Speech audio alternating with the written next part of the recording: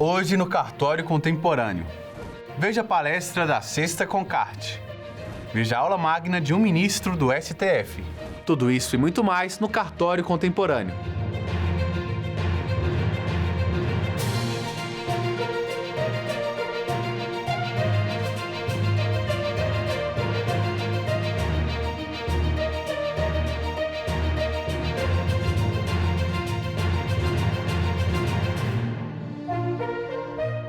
O ministro do Supremo Tribunal Federal, Luiz Fux, fez a palestra de boas-vindas da Sexta Concarte. Veja. Senhores notários e registradores, os palestrantes também que participarão comigo, senhoras e senhores. Bacelar, eu acho que eu nunca confessei isso para você, mas no Rio de Janeiro eu era professor da UERJ e magistrado civil. E certa feita, tinha lá uma entidade chamada ABAD, Associação Brasileira de Administradores de Imóveis, e que ali, toda quinta-feira, era um espaço pequeno, tinha uma cozinha, e ali eles discutiam questões relativas a locações. Certa feita, eu era juiz de vara civil, eles foram lá, e começamos a conversar, e eu disse, bom, os senhores discutem muito sobre direitos e deveres, locadores e locatários, mas não discutem os aspectos processuais da lei de locações. Ação de despejo, ação de revisão, ação renovatória, intervenção de terceiros do sublocatário na ação em que o locador quer rescindir o vínculo da locação.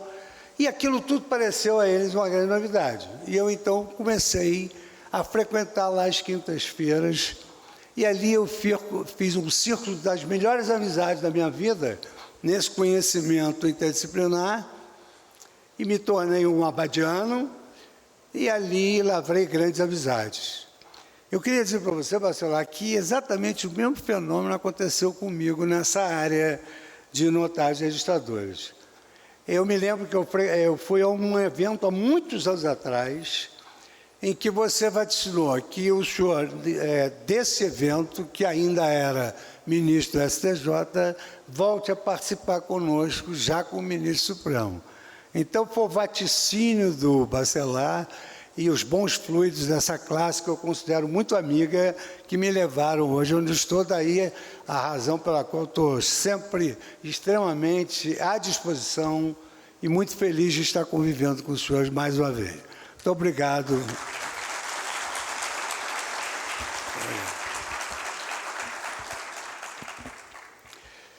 Esse tema que me delegaram, eu achei absolutamente fantástico, que é um tema sobre compliance, sustentabilidade e regulação. O caminho para a excelência dos cartórios. Então, em primeiro lugar, a questão da regulação é uma questão muito interessante.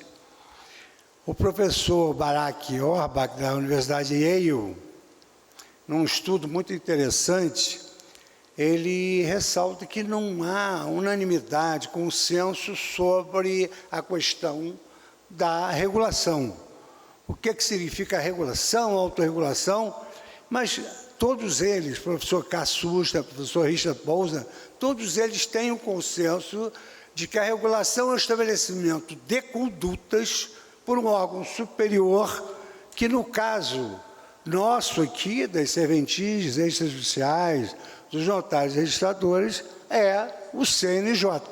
Além das normas, além da norma maior do artigo 236, que admite essa delegação, nós temos inúmeros atos normativos secundários que são autoaplicáveis aos notários e registradores e também passíveis de controle de constitucionalidade.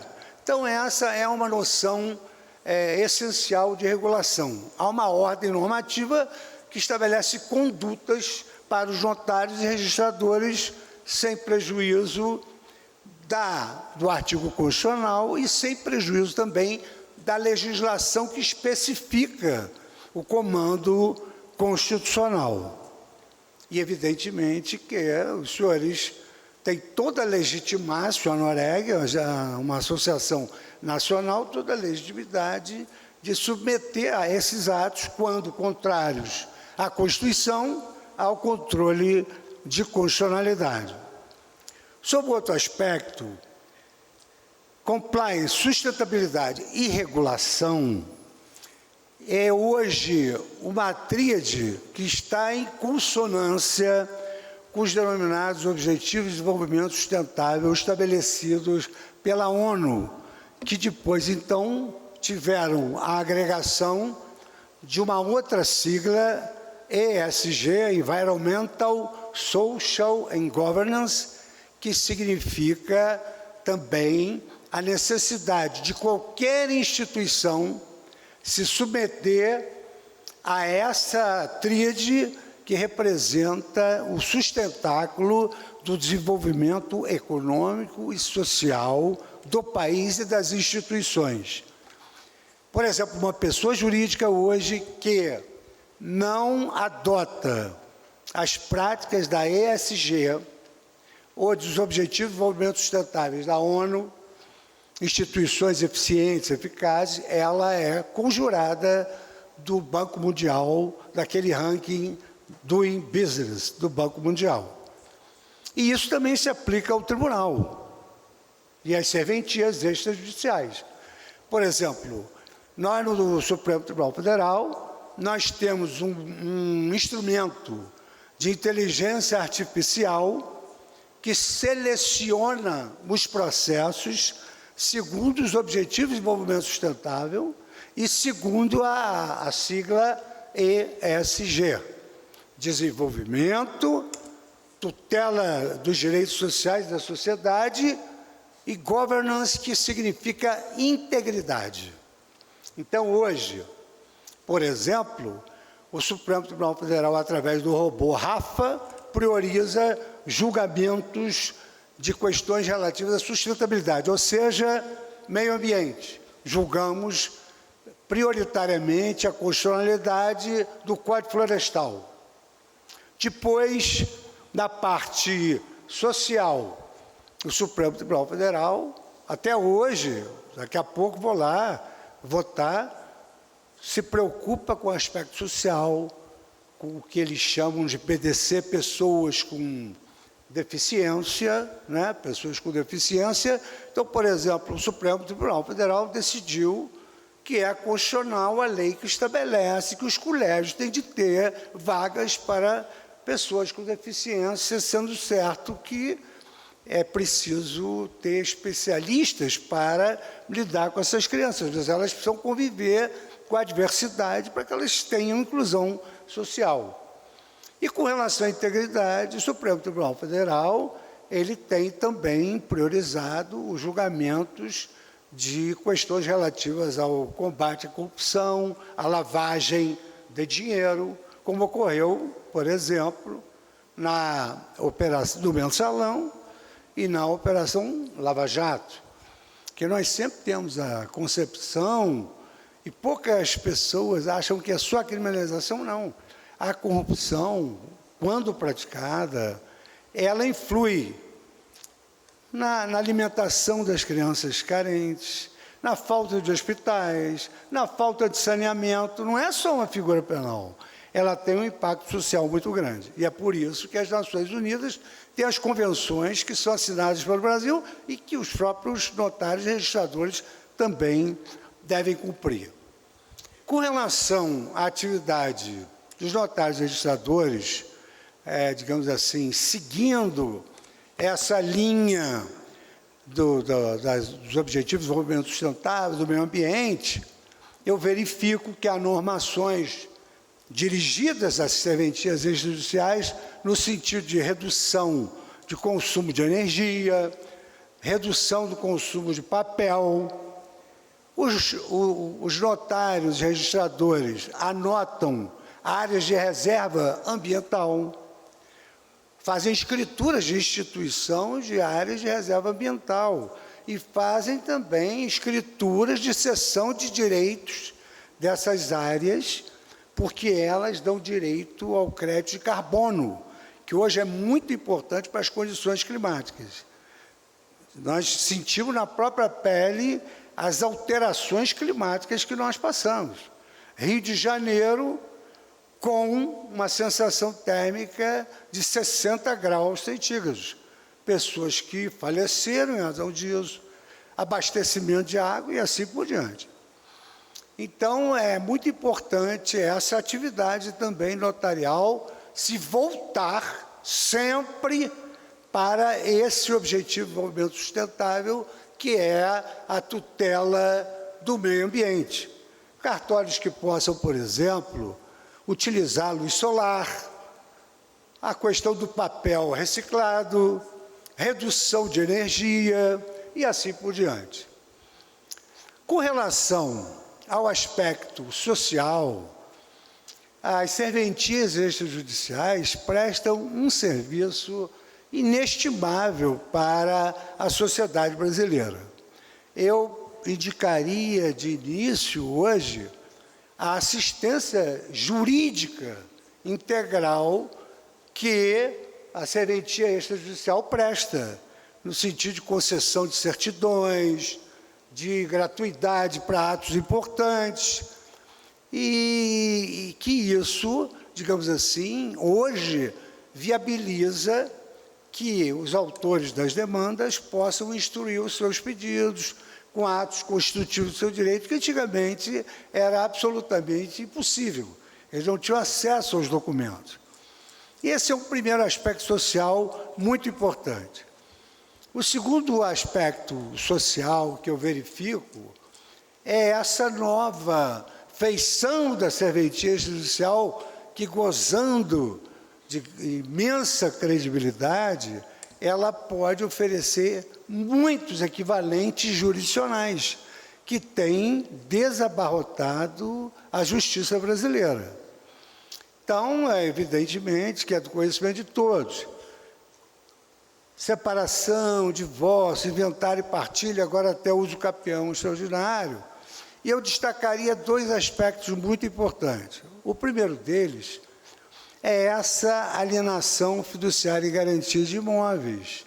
Isso trouxe um incremento muito grande no mercado imobiliário, porque aumentou o nível de adimplemento e incrementou a baixa de juros, viabilizando as comunidades mais carentes a aquisição da casa própria, que é um projeto governamental, esse de que cada pessoa, se possível, tem de ter a sua moradia, porque sobre todas elas pesa uma hipoteca social.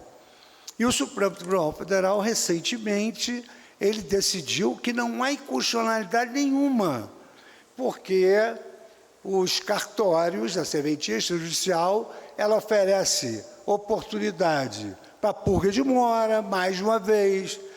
O devedor tem preferência na aquisição do imóvel quando vai a leilão e são cumpridos todos os postulados do devido processo legal, dentre os quais o contraditório. O devedor é intimado, ele é ouvido antes que haja a extinção da propriedade resolúvel com a consolidação da titularidade do imóvel na pessoa do credor. Esse é um aspecto muito interessante e vejam como que influiu positivamente na sociedade brasileira. O segundo aspecto interessante é a conciliação, que hoje é possível de ser feita em cartório. Então, a conciliação é a melhor forma de solução dos conflitos. Primeiro porque o tabelião tem muita expertise. Os concursos são muito difíceis. São concursos tão difíceis quanto para procuradores, juízes, são concursos dificílimos. Então, tem expertise. E, além da expertise, as pessoas obtêm a solução dos seus litígios rapidamente, através de uma conciliação levada adiante pelo titular da serventia extrajudicial. E hoje, no século passado, o professor James Goldsmith falava em otimização do relacionamento social, não há a menor dúvida. O acordo não sai vencedor nem vencidos. Eu me lembro que eu, como juiz da vara civil, Quando um condômino ganhava uma demanda do condomínio, ele se tornava arrogante. Quando o condomínio ganhava do condomínio, o condomínio massacrava aquele condomínio. Então, realmente, a conciliação é a melhor forma de solução dos conflitos. E isso cabe hoje, com muita agilidade, ao cartório, perto da casa da parte, realizando essas conciliações. Mas hoje também há uma nova escola do pensamento jurídico, análise econômica do direito, que cuida da economia comportamental. Então, a economia comportamental, ela destaca que as pessoas só fazem acordo se elas saírem daquele departamento, daquela instituição, com a sensação de justiça e felicidade. Então, evidentemente que o tabelião não vai chegar para a parte e dizer tem acordo, tem, não tem, vamos embora. Não é assim. Tem que evitar que se arranque concessões, tem de ter aquela habilidade de mostrar as fraquezas do direito de um e do direito de outro. E isso hoje tem sido muito utilizado pelos titulares da serventia extrajudiciais. Ou seja, o professor Jonathan Meisel escreveu um livro, Justiça e Felicidade. Então, a pessoa só faz acordo, é preciso ter em mente isso, os senhores que fazem essa atividade, que as pessoas têm que sair dali com a sensação de que foi feita justiça e que trouxe a elas felicidade, porque senão não fazem acordo. Eu recentemente participei de um colóquio com o Ministério Público, onde eu fiz ver aos promotores que não adianta estabelecer um TAC incumprível, um TAC que só vai gerar punição. Tem que ser um TAC que resolva esses problemas do meio ambiente, de regra e outros TACs que eles realizam.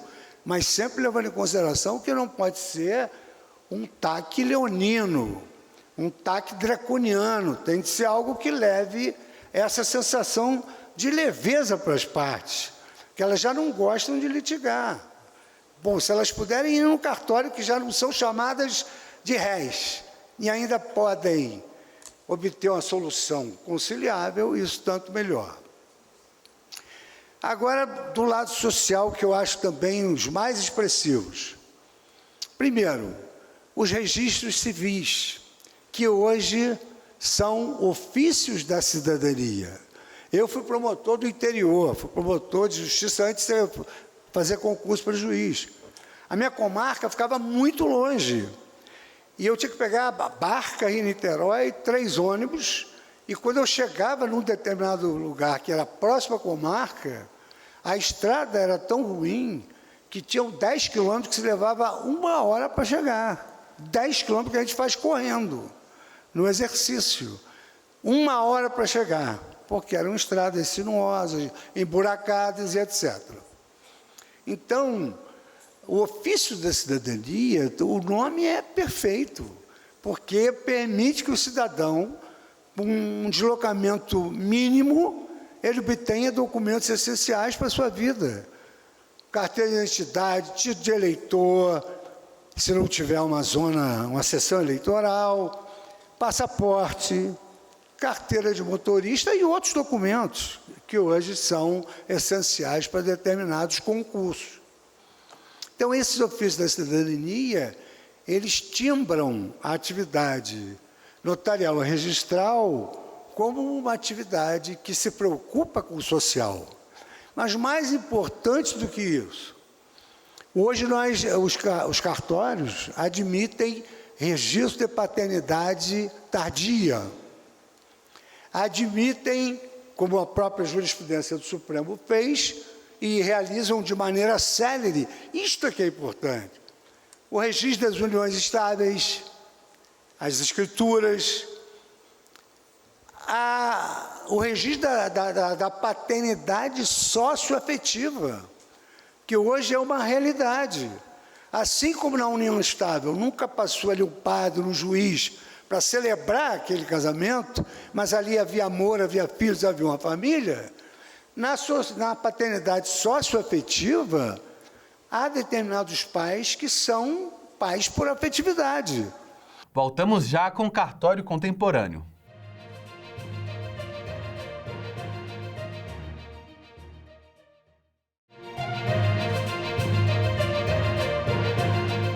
Voltamos com mais Concarte no Cartório Contemporâneo. Então, esses são aspectos, assim, que, no meu modo de ver, consagram a atividade dos notários registradores com um grau de excelência em prol do social. E algo que é bem expressivo é a questão da governança e da integridade. O Conselho Nacional de Justiça, ele determinou que os tribunais criassem no interior deles um comitê de integridade. Porque a justiça não aplica só o direito. A justiça, o professor Chiovenda dizia isso, a jurisdição é a atividade preponderante do Poder Judiciário. Mas o Judiciário legisla, quando faz regimento interno. O Judiciário administra, quando realiza licitações, concursos. Então, é preciso haver integridade sob todos os ângulos do Poder Judiciário. Então, determinou-se ali a criação de um comitê de integridade em todos os tribunais. Isso significa compliance, isso significa governance, isso significa aquilo que a ONU determinou como algo que propicia o desenvolvimento econômico e social de um país. Eu tive a oportunidade de ir à ONU e ter lá uma conferência com Roberto Guterres sobre essa estratégia que o Supremo Tribunal Federal estava adotando. E ele então me pediu que voltasse, que ele iria reunir todas as cortes para repassar todos os programas de integridade dos tribunais brasileiros. E isso também tem aplicação na serventia extrajudicial. Quem determina essa integridade, nós temos uma lei, 5835, nós temos o Código de Boas Práticas da ANOREG, nós temos um reclamo da classe para que os tribunais de justiça unifiquem essas normas, nós temos a lei da empresa limpa, que também tem essa finalidade. Então, hoje, por exemplo, no âmbito da integridade, é exigível da atividade extrajudicial, em primeiro lugar, evitar que haja atos de corrupção, lavagem de dinheiro, comunicação ao COAF quando houver alguma suspeita, como, por exemplo, o sujeito compra um imóvel com dinheiro vivo, 5 milhões, isso não é normal. Então, é preciso ter cuidado com isso. É preciso ter diligência com essas questões. Além disso, hoje se exige certidão de que não há ações de improbidade, ações criminais, mas não é só nesse aspecto da integridade. Existem aspectos de governance, de integridade, que são muito peculiares à atividade extrajudicial. Então, por exemplo, no Código de Ética, nós temos ali, na própria lei, no artigo da lei, nós temos recomendações, cobranças excessivas de emolumentos, desvios, captação de clientela por meios ilícitos. Isso tudo é preciso que se tenha cuidado. Concessão de comissões ilícitas para angariar clientela, isso gera mutatis mutandis, como as empresas, uma concorrência desleal. Mas isso está na lei e está nas ordenações do próprio CNJ. Além disso, há uma pleiade de tutela da responsabilidade civil dos serviços extrajudiciais, dos notários e dos registradores. A lei, essa matéria foi muito debatida, não havia, digamos assim, pacificidade nem na doutrina, nem da jurisprudência, porque se entendia que, por força da Constituição, em razão da delegação, os titulares das serventias deveriam ter responsabilidade objetiva. A lei foi alterada e hoje não há mais a mais tênue dúvida que a responsabilidade é subjetiva, decorrente de dolo ou culpa do titular da serventia, notários ou registradores, com direito de regresso através da denunciação da lide dos prepostos que causaram aquele prejuízo. Nós julgamos um caso em que um senhor, em razão da falha do serviço extrajudicial registral, ele ficou 5 anos sem receber pensão. Anotaram ali o nome dele errado, por 5 anos sem receber pensão. Ele entrou com uma ação de indenização contra o cartório. Entrou com uma ação de indenização contra o cartório. Pois bem, o que entendeu o Supremo Tribunal Federal? Primeiro, sob o ângulo da eficiência, é muito melhor para o lesado que a responsabilidade recaia sobre o poder delegante, que tem mais condições e suporte patrimonial para pagar a indenização. Em segundo lugar, as serventias extrajudiciais, elas são tituladas por pessoas físicas. Então, não há sentido se aplicar a Constituição Federal, que estabelece que as pessoas jurídicas que atuam na administração indireta têm responsabilidade do Estado e regressiva contra elas, porque os titulares dos cartórios não são pessoas jurídicas. Os cartórios não têm personalidade judiciária. Não é possível mover uma ação contra o registro tal. Não vou citar para não estigmatizar aqui. Vai que cai alguém que está aqui. E isso me lembra a história de um grande amigo meu que chegou numa palestra e disse que tinha ido a uma cidade e chegou nessa cidade e ficou apavorado. Ele falou assim, essa cidade só tem pessoas de vida fácil, cheio de boates, cabarés e jogadores de futebol. E aí um participante da palestra levantou e disse assim, espera lá, professor, a minha mãe mora lá. Aí ele só teve uma saída de dizer para ela, então ela deve estar jogando no bolão, né? Porque não tinha outra alternativa. Também não quero citar nenhum registro para, de repente, levantar. Não, espera lá, esse registro é meu, nunca aconteceu nada. Pois bem, então o Supremo Tribunal Federal entendeu, condenou o Estado com regresso obrigatório para a pessoa física, para que não haja esvaziamento dos cofres públicos por um ato praticado por um preposto e o titular da serventia regride contra o preposto. Então, nesse afã, eu trouxe aqui algumas decisões do tribunal, só a síntese, para que os senhores vejam que a jurisdição, ela apura essas questões todas vinculadas aos cartórios. Por exemplo, no Observatório de Direitos Humanos, não é Bacelar, pela também iniciativa do Bacelar, que sempre teve assim uma visão humanista da atividade, sempre procurou ter iniciativas, aí a resignação dele muitas vezes, com toda a razão, do pessoal achar que os cartórios devem tudo, porque são endinheirados, então eles têm que suportar qualquer ônus, quando, na verdade, só o fato dos cartórios terem de suportar assistência jurídica integral já é um ato de benemerência. Então, tem que ser tratado também pela reforma tributária como um beneficiário daquelas vantagens que se estabelece. E eu, até conversando com o Bacelar, eu disse que adiantaria essa preocupação para o presidente do CNJ, onde eu também fui presidente, para que baixe um ato considerando as serventias extrajudiciais beneficiárias das vantagens dessa reforma tributária.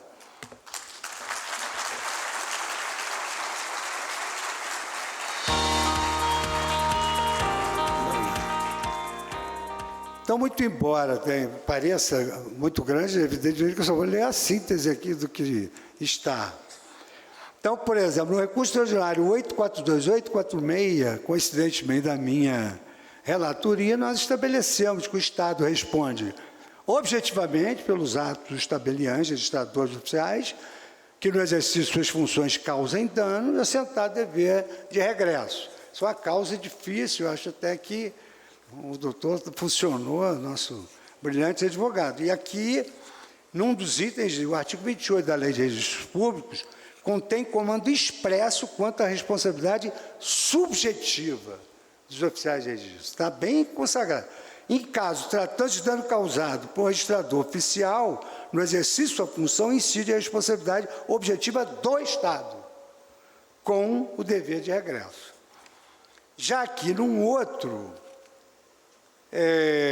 na DI 5855, nós decidimos sobre a possibilidade do registro civil de pessoas naturais realizar outros serviços remunerados, desde que, digamos assim, tenha uma relação com o exercício das atividades registrais do registro civil das pessoas naturais. E, então, também entendemos que deve haver fiscalização. Só separei casos interessantes.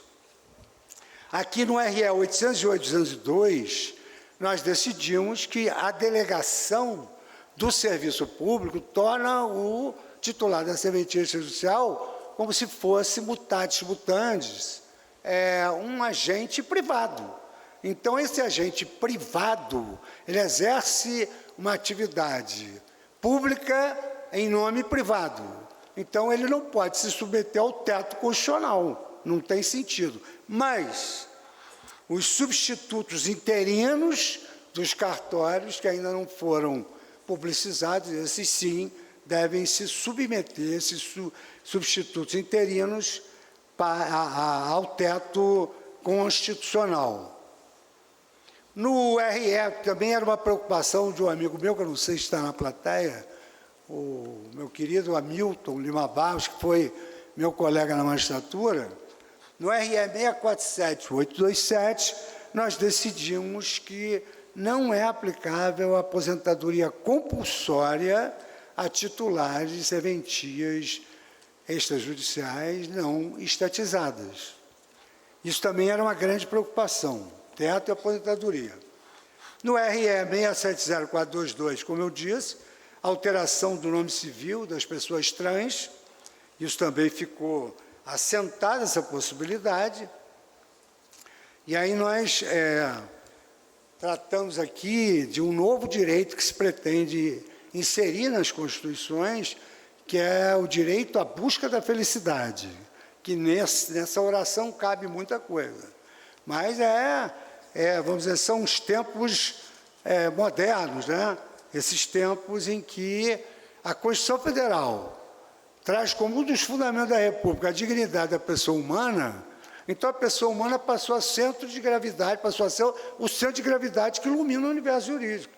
Então, se ela é um fundamento da República, tudo tem que perpassar pela dignidade da pessoa humana. E não há nada mais inerente ao ser humano que a busca pela felicidade. Cada um tem, digamos assim, o seu propósito de busca de felicidade. Uns têm a busca da felicidade que se dedicam ao materialismo, outros têm a busca da felicidade no espiritualismo, então, assim por diante. Então, foi assim que foi decidido. No RE 898-060, da minha relatoria, eu entendi pela possibilidade da multiparentalidade, que é hoje registrável. E com isso, na verdade, o que eu quero dizer é que até então a atividade dos notários e dos registradores, ela já alcançou um grau de excelência como aqui se propõe no tema. Por quê? Porque numa pesquisa bem recente, a atividade extrajudicial foi considerada a atividade mais confiável dessa área que gravita em todas as instituições públicas. Ministério Público, Justiça, Defensoria, Polícia, Exército. As serventias extrajudiciais gozam dessa confiabilidade. De sorte que, no tema do evento, a atividade extrajudicial está no caminho, talvez podendo fazer mais, no caminho da excelência dos cartórios registrais e nos cartórios de notários. E, por fim, eu sempre gosto de fazer uma especulação sobre qual mensagem que eu posso deixar aqui para os senhores. Então, pensando em silêncio, eu procurei agradecer a tolerância com que me ouviram, e principalmente essa tolerância de retirá-los da hora do almoço, né? Isso não é social, mas era preciso, né? E eu disse assim, escrevi para mim assim: malgrado essa confiabilidade das instituições notariais registrais, parcela ínfima ainda persiste em violar e corromper o sistema. É preciso criar mecanismos para salvar dessa pecha profissionais vocacionados, de mãos limpas, que trabalham dia e noite para o sustento de sua família e atentos à ética e à lei.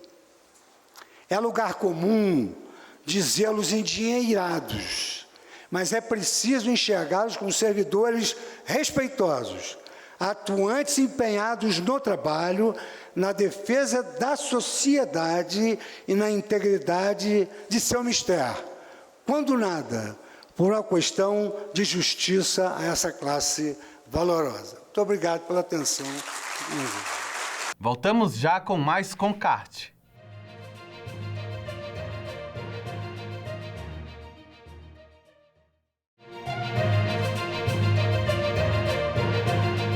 O primeiro Cartório Talks falou sobre regulação, o diálogo necessário entre o Poder Judiciário e o extrajudicial. ONRs, SERP, LGPD, LAI, Veja. Bom, o tema que me foi franqueado, curiosamente, guarda grande sinergia com a fala do ministro Fux. Talvez a primeira pergunta que nós possamos fazer é o seguinte: de que regulação que nós estamos falando, né? E se o Poder Judiciário, no final da história, pode regular e como tem que regular. Eu não vou tratar, meu estimadíssimo Germano, do que exatamente o Poder Judiciário vai ter que regular. Há muito mais falar como se tem que regular e como regular. A matéria da regulação essa é absolutamente variável. A Constituição da República, e só para que nós colocamos uma base, ela utiliza a noção de regulação em 3 sentidos muito diferentes entre si. Então, diz, lei regulará a fixação da pena. E aí, a regulação está no sentido de lei, né? Lei no sentido formal. Mais adiante, estabelece que o chefe do Poder Executivo expedirá decretos e regulamentos para a execução da lei. É um outro sentido de regulação, que é no sentido de aplicação da lei, do pormenor necessário para a aplicação da lei na situação concreta. Mas há um terceiro sentido, e esse é o sentido que exatamente é o tema da fala do ministro Fux e que está absolutamente imbricado na nossa fala, doutor Gentil, que é o terceiro sentido que é utilizado no artigo 177 da Constituição e no artigo 121, quando diz que prevê a criação de um órgão regulador em matéria petrolífera, que é o monopólio do petróleo, que estava tratando da ANP, e trata ainda no artigo 21, quando fixa a competência do Estado para a prestação de serviços de telecomunicação, fala que será criado um órgão regulador, que no caso é a Anatel. Este sentido de regulação é um sentido completamente diferente. É um sentido que o pessoal chama de regulação hoje, mas nós estamos já muito acostumados com essa figura, que é a figura que já existe no tipo penal em branco. O que é o tipo penal em branco? Na realidade, a norma ela não é autoexecutável. Ela estabelece a necessidade do quê? E é um outro sentido de regulação, que essa da norma penal em branco, que é uma lei, ou um comando normativo, aquela regulação no primeiro sentido não autoexecutável, que no caso o que tem que ser? Veja, é proibido, a lei estabelece, proibido o consumo ou comercialização de produto psicotrópico. Meu Deus, o que é produto psicotrópico? A lei não cuida de fixar isso. Então a regulação nesse último sentido é a atribuição de natureza técnica fixada por um órgão do Estado que vai desbastar tecnicamente qual que é o sentido da completude à própria lei, tornando ela auto-executável, ou tornando ela executável. Em regra, isso não é feito pelo próprio Estado, isso não é feito pelo Poder Legislativo. Por quê? Porque os parlamentares, eles são eleitos pelo povo por uma qualidade deles. Qual que é? A qualidade deles é o quê? Ser representantes do povo. Eles não são eleitos em razão dos seus atributos técnicos. São eleitos pela condição de cidadão. Então, ele não tem capacidade para fazer uma norma técnica. Quem que tem capacidade para fazer uma norma técnica? O órgão técnico. Então, você vê, quando a Constituição da República estabelece a necessidade de criação da ANP, é o órgão técnico que vai regular o mercado de petróleo.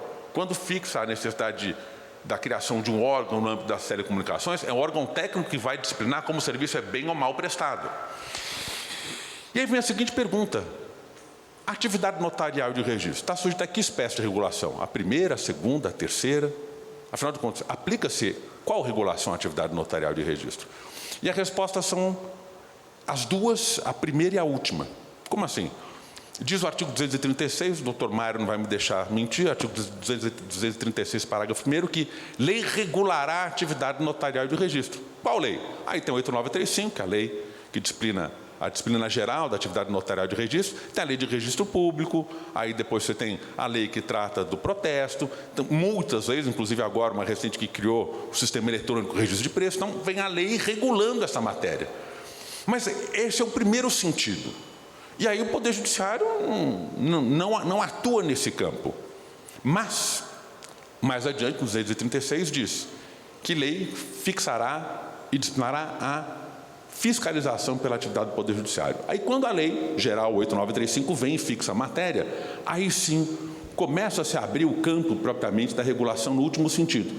Em rigor, o que a 8935 fez, sem dizer especificamente, é que alçou o Poder Judiciário, após a Constituição de 88, a uma verdadeira agência reguladora da atividade notarial de registro. Não tem o nome de agência reguladora.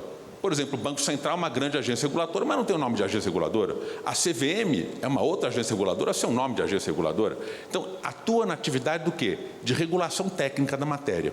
Então, só vamos examinar o artigo 30, o artigo 31, diz, olha, o Poder Judiciário cuidará da boa prestação do serviço, da prestação eficiente, da tutela do usuário final, estabelecendo o quê? As regras técnicas para que isso seja feito. Tanto é que nos deveres dos notários registradores, lá no artigo 30 diz, cabe ao notário registrador cumprir as ordens de serviço do juiz corregedor permanente e mais as outras que lhe sejam aplicáveis. Tanto é que é verdade que o descumprimento disso caracteriza infração. Então não há dúvida que a atividade notarial de registro está sujeita a dois tipos de regulação. Pela lei, que é o primeiro sentido, mas também aquela regulação técnica, como faz a ANP, a Agência Nacional do Petróleo, como faz a Anatel e como faz também o Poder Judiciário. Então, o Poder Judiciário, ele, sim, faz regulação. Qual que é o problema da regulação? E aí nós vamos chegando um pouquinho aqui, aproximando da fala do ministro Fux. Em regra, o agente regulador, ele, vamos colocar, a primeira pergunta que ele tem que fazer é o seguinte, será que eu preciso regular? Porque, teoricamente, um mercado que está funcionando bem, e mercado, aí você vai pegar várias acepções, vou pegar aquilo de algum dos colegas da UERJ, do professor Fux, eles entendem que qualquer atividade que o Estado desempenha é uma atividade econômica em sentido amplo. Então, uma atividade que o Estado presta como serviço de telecomunicação, venda e comercialização de petróleo, distribuição de gás, é atividade econômica em sentido amplo. Sob esta ótica, vocês também estão em atividade econômica. Sob essa ótica. Então, a primeira pergunta que se deve fazer é o seguinte, que tipo de mercado que vocês são sob essa ótica de regulação? Vocês estão naquele mercado que se denomina mercado regulado. O que é o mercado regulado? Não é o mercado livre. O mercado livre é aquele que funciona independentemente de qualquer disciplina técnica ulterior. É o tipo da autorregulação. Se tiver alguma regulação, é autorregulação. Um exemplo é o caso da atividade publicitária. A atividade de publicidade, ela ocorre normalmente segundo as regras que o próprio mercado fixa. Eventualmente, os particulares se reúnem e falam o seguinte, gente, vamos criar umas regras para que a gente mesmo possa desempenhar melhor a nossa atividade? E cria-se lá o CONAR, que é o Conselho Nacional de Autorregulamentação Publicitária.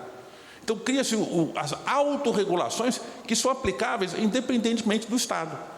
Isso ocorre no âmbito do CONAR, no âmbito da atividade de valores mobiliários, nós temos, acho que é Ambima, acho que esse é o nome, que cuida da autorregulação no setor de valores mobiliários. Então, vem agora a seguinte pergunta. Por que o Poder Judiciário ele tem que regular e como é que ele deveria regular? Primeiro ponto. O Poder Judiciário, ele é composto, o doutor Gentil está aqui, de juízes. Eles não foram talhados desde a origem, na formação do concurso dele, por uma atividade específica que é fundamental para o regulador. O que o regulador tem que perceber? Que ele tem uma simetria informacional. O que é isso? ele não conhece exatamente todas as peculiaridades do campo de atuação próprio do regulado. Vou dar um exemplo. Uma empresa de telecomunicações, no caso a Claro, diz: bolei uma tecnologia. Alguém sabe se a Anatel lá dentro sabe da nova tecnologia? Não sabe.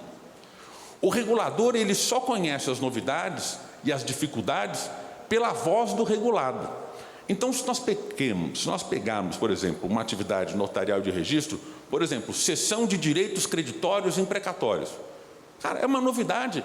E vocês que estão em contato direto com o mercado é que percebem o quê? Quais são as demandas do mercado. Então, vocês estão na ponta no mercado dinâmico. Pergunta: o regulador está nesse mercado? Ele não está nesse mercado. O regulador só conhece esse mercado por intermédio de vocês. Isso impõe que o regulador, ele primeiro tenha a seguinte noção: eu só regulo para tutelar o interesse público, ou seja, para desempenhar melhor a atividade, e olhando para a atividade notarial de registro, é o que exatamente a 8935 estabelece, né? Garantir a boa prestação do serviço. Como é que ele consegue garantir a boa prestação do serviço se ele não sabe qual que é o serviço demandado? Como é que ele sabe o serviço demandado? Ele tem que ouvir vocês. Então, uma primeira coisa que se impõe ao regulador, que é no caso digamos, do poder judiciário, de uma maneira geral, é atuar em atividade de colaboração. Colaboração é a essência da regulação. Não se regula de costas voltados para o regulado. É impossível. Sob pena de você fazer o quê? Você atirar onde viu e acertar onde não viu. Você regular muito mal. Não se regula. Isso, em todas as práticas mais modernas de regulação, inclusive com o ambiente de que eu vou chegar lá, de direito e economia, como diz aqui o professor Fux, Law and Economics, você não regula numa porta fechada porque você, tem que ouvir o regulado, e depois, você tem que ouvir o mercado para saber como regular bem. Então, primeira coisa, ouve o mercado. Segunda coisa, abre espaço para uma atividade colaborativa. Alguns problemas na atividade colaborativa. Isso é claro que o magistrado, ele no final da história, e de novo o professor Fux lembrou muito bem, o Poder Judiciário exerce atividades típicas e atípicas. A função essencial dele é resolver o conflito no caso concreto. Quando não tem conflito, não é muito a praia dele. Por quê? Porque não foi talhado para isso. Tanto é verdade que existe a figura da extrajudicialização, onde não existe o conflito. Daí existe o uso capião extrajudicial, houve a separação extrajudicial, porque não tem conflito. Isso não é a minha praia. É o que o Alfredo Buzzardi falava que era a atividade administrativa do Poder Judiciário. Não é atividade jurisdicional. Então, para quem que paulatinamente isso foi passado? Para serventias extrajudiciais. E aí vem um ponto fundamental. O Poder Judiciário também exerce atividade administrativa, como lembrou o ministro Fux aqui, realiza licitações, faz concurso, só que tem uma outra atividade administrativa que essa de modo muito modesto é feito pelo Poder Judiciário: conciliação. O ministro Fux trouxe aqui exemplos de conciliação, como era difícil conciliar. E isso precisa de treino. O magistrado, nós sabemos disso, ele pega, examina friamente o processo e decide. A atividade de regulação é completamente diferente. Você tem que se abrir, você tem que ouvir, e mais, saber que você não sabe. O bom regulador é aquele saber: eu não sei dessa matéria, eu quero ouvir os problemas, e mais, eu tenho que colher essa informação, porque senão eu vou ficar com uma assimetria de informação. Mas como é que pode-se utilizar bem a figura da regulação para que se possa desempenhar? Aí é um problema que ultrapassa o direito. Ultrapassa o direito. E aí vem a fala do professor Fux. O problema da regulação na atividade notarial de registro é também um problema jurídico, mas não é só um problema jurídico. Existe uma parte jurídica, existe uma parte que não tem absolutamente nada a ver com o tema jurídico. Vai ter a envolver com o tema de economia, com o tema de administração. Eu dou um exemplo para vocês como que, na realidade, a pessoa pode ser extremamente bem intencionada, mas pela falta de diálogo, falta de cooperação, ela adota uma conduta que ela imagina absolutamente correta, mas que no final da história leva a um resultado desastroso. Acho que o doutor a gente não sabe, mas eu, quando entrei na faculdade de Direito, a minha família chorou. Falou: o que nós fizemos de errado? Toda a minha família é de economistas. Meu pai é economista, minha mãe é economista, meu irmão foi fazer engenharia. E, moral da história, eu fui, digamos, a ovelha que escapou do cercadinho, que eu fui para o lado de direito. Mas, enfim, gosto muito de economia, mas por quê? fico ouvindo economia o dia inteiro em casa. Até fiz cursos que o professor Fux mencionou, curso de economia comportamental, que é uma coisa que eu gosto, é um viés. Mas, dada ocasião, minha mãe trabalhava ainda na época do governo de 67, depois de 64. Havia uma política governamental que era a seguinte: vamos aumentar a massa salarial. Show. Como é que a gente vai aumentar a massa salarial? Naquela época era uma coisa impositiva. Você impunha a indexação, ou seja, você impunha que as empresas aumentassem o salário dos seus empregados. Era isso que acontecia. Estamos falando na época do fiscal do Sarney, Sunab, era uma coisa meio autoritária, digamos, o direito administrativo raiz. O que aconteceu, doutor Rogério? A política governamental para aumentar a massa salarial, o que os gênios, estou dizendo da época do Delfim, hein? Delfim Neto, que era um cobra, uma cabeça, ele diz, olha, vamos aumentar a massa salarial daqueles que recebem menos. Aumenta a massa salarial do que recebe menos, a partir de um dado momento, nós não temos mais a indexação dos salários para quem recebe mais. O que vai acabar acontecendo?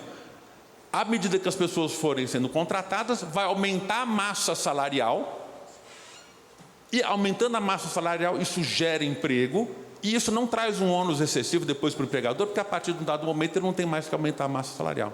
Qual foi o resultado? Exatamente o oposto. A massa salarial reduziu e aumentou o desemprego. Mas por que deu tudo errado? Simples. O que o empregador percebeu? Gente, então o esquema não é contratar gente, é não contratar mais gente. Por quê? Porque eu coloco o pessoal que passou de uma dada faixa de salário para trabalhar mais, porque eles, em relação a eles, eu não sou obrigado a dar aumento. Então eu reduzo a contratação de pessoas, porque essa eu vou ter que aumentar o salário. E foco a eficiência em quem já está contratado. Resultado, exatamente o oposto da política econômica que se imaginou. Por quê? Porque foi uma deliberação decidida a portas fechadas. Dá errado. Então, quando vocês trazem um problema regulatório, uma novidade do mercado, e diz, olha, precisamos aqui atuar, deve haver... Primeiro, tem que haver regulação, ponto 1. Se tiver que haver regulação, então nós temos que trazer as pessoas que conhecem a matéria para debater. 2, como é que eu vou debater? É um problema só jurídico? Às vezes não. Quando o professor Fux estava aqui, falando do Law and Economics, que eu já vou terminando, são 15 minutos, e eu estou marcando, ainda que atrasado, ele levantou o tema da economia. Nós todos sabemos um pouquinho de economia, porque a gente faz conta de padaria. Mas nós somos economistas? Não. Então, nós somos técnicos de informática? Também não. Então, às vezes, a regulação, nós sabemos tudo isso, passa por um quê? Problema de informática, problema do resultado econômico disso. Puxa, será que eu fizer isso? Qual que vai ser o resultado? Vai melhorar ou piorar o serviço? Não dá para instintivamente, e o magistrado também tem viés, como também tem o notário registrador, para adotar a solução que ele quer. Pergunta é, vamos chamar quem entende da matéria. Vamos chamar um economista para fazer o estudo, vamos chamar alguém técnico, tornar a regulação que eficiente com conhecimentos outros que nós não temos. Tem que ouvir o notário registrador? Tem que ouvir o notário registrador. O notário registrador vai dar um viés dele? Vai dar um viés dele, claro. O que tem que fazer o magistrado? Ouvir outras pessoas. Tem algum notário registrador que vai tentar fazer com que o viés favoreça uma dada atividade? Sim, porque esse é o viés do autofavorecimento, é absolutamente natural. Você, tornando amplo o debate, você reduz esse viés e consegue fazer uma regulação melhor. Então, é isso, porque no final da história, essa regulação, que é uma regulação mais aberta, mais publicista, via análise de impacto regulatório, que é o Instituto, ele não pode ser simplesmente um procedimento burocrático, né? Não pode fazer o seguinte, doutor Gentil, eu já tomei a solução e eu só vou fazer este carnaval só para justificar, só para dar ouvido, só para tirar esse pessoal da porta, porque a decisão já está tomada. Essa é a pior decisão que pode haver. Realmente esse procedimento de regulação ele tem que ser amplo, e aqui já vou terminando meus 15 minutos, ele tem que ser, mas tem que ser democrático e plural para que você faça a melhor regulação, porque a regulação feita a partir de uma decisão já tomada, sem ouvir os outros, é a pior regulação que possa haver. Note, e aqui eu sei que há muitos magistrados, inclusive um grande colega aqui de palco, eu não estou dizendo o que tem que ser regulado. Essa matéria eu não entrei, mas o que eu estou sugerindo? Como tem que ser regulado? Qual é a melhor forma de regulação? E a melhor forma de regulação é plural, é cooperativa, é aberta. Esta é a regulação que, inclusive, a minha visão, o Conselho Nacional de Justiça, a doutora Carolina está aqui, que eu sei, ela é aberta, eu sei, plural, democrática, presencialmente eu dou o testemunho disso, mas isso tem que ser, digamos, espraiado para todos os tribunais que também fazem as suas regulações. Esse foi o Cartório Contemporâneo. Eu sou Duda Meirelles e foi um prazer tê-los aqui comigo. Se você perdeu alguma parte ou gostaria de rever o programa, temos uma reprise toda segunda-feira, às 19 horas, na TV Justiça ou no YouTube da Confederação dos Notários e Registradores. Te aguardo quinta-feira, às 19 horas, na TV Justiça. Até lá!